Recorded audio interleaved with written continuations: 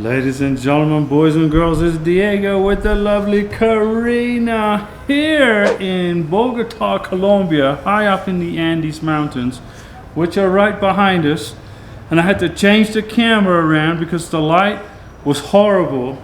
We don't have all this fancy lighting equipment here in Colombia. We have a camera, a tripod, and a laptop, and a microphone. Okay, now, this video is about, did you, Mr. Sponsor, file a K1 visa in 2022? January, February, March, April, May, June, whatever month, we're in September. If you filed a visa, K1 visa in 2022, listen up, come on. Now, I watched a YouTube video, a different channel, regarding K1 visa processing times, because I wanted to compare my processing times with his processing times and USCIS official processing times, okay? So let's first check the processing times as per USCIS at the California and Texas service centers. Check out this little video clip here. If you want to do this yourself, go to egov.uscis.gov. Okay? All right. Now, as you can see from that video I posted, that little clip, here in September 2022, the processing times for the California Service Center is 13.5 months. That's NOA 1 to NOA 2 letter. It doesn't mean MVC processing and embassy appointments, okay? And from the Texas Service Center, you can see it's a 13-month wait between NOA 1 and NOA 2, okay? Now, I reviewed this gentleman's other YouTube channel to get his perspective on processing times. And he's telling a different story, ladies and gentlemen, but relax, relax. He is saying the wait times are increasing each month that passes when you, Mr. Sponsor, file a K1 visa for your beneficiary. Here's his data. Now, according to this other gentleman, his YouTube show, if you filed your K1 visa in January of 2022, you, Mr. Sponsor, and you, Miss Beneficiary, your wait time is 17.5 months from NOA 1 to NOA 2. If you filed your K1 visa in February 22, your wait time is 18 months plus 0.5. If you filed in March of 2022, your wait time is 19 months, an increase.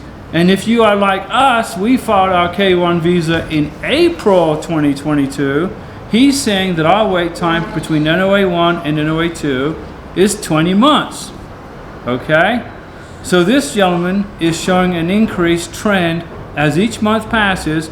You gotta wait longer for your visa package to get adjudicated. Now, this information totally contradicts what USCIS is saying on their official website. California wait time, NOA 1, NOA 2 is 13.5 months, and Texas is 13 months. I'm using California and Texas because they're the longest wait times. Okay, if your visa went someplace else, obviously, hopefully you wait less.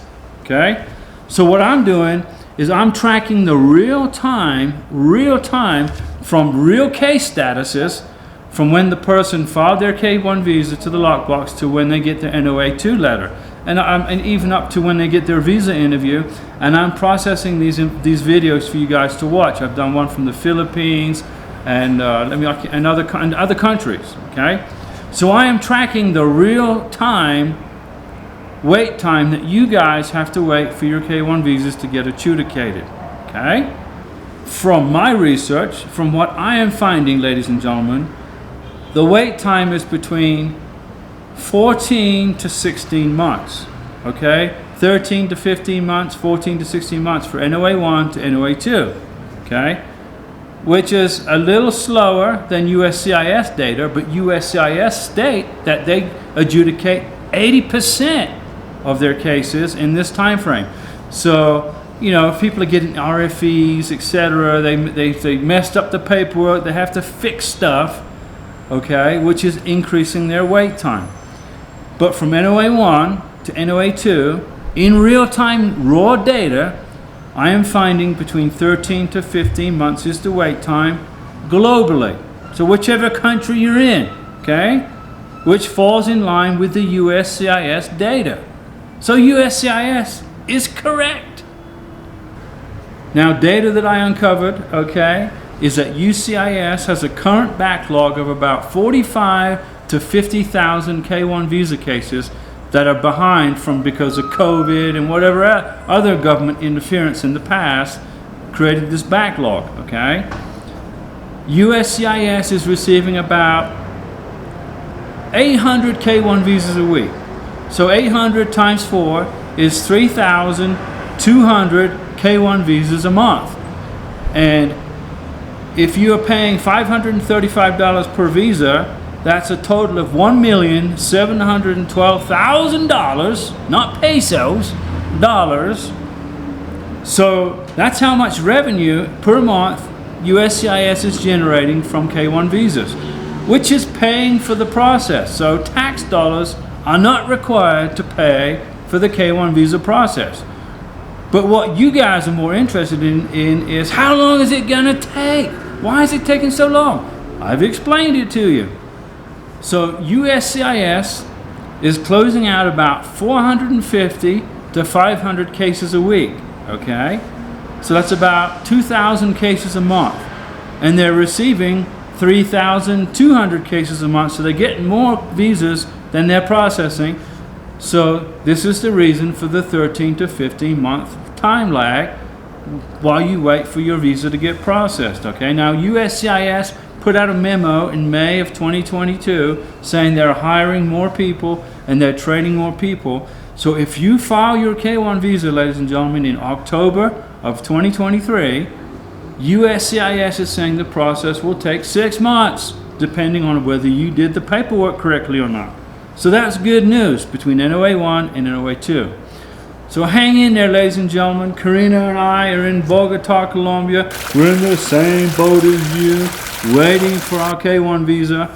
And next month I'm flying back to the United States to take care of some business. And then I'll be back in Colombia. But we hope you're doing well. And we will see you guys in Colombia. And then hopefully in the United States.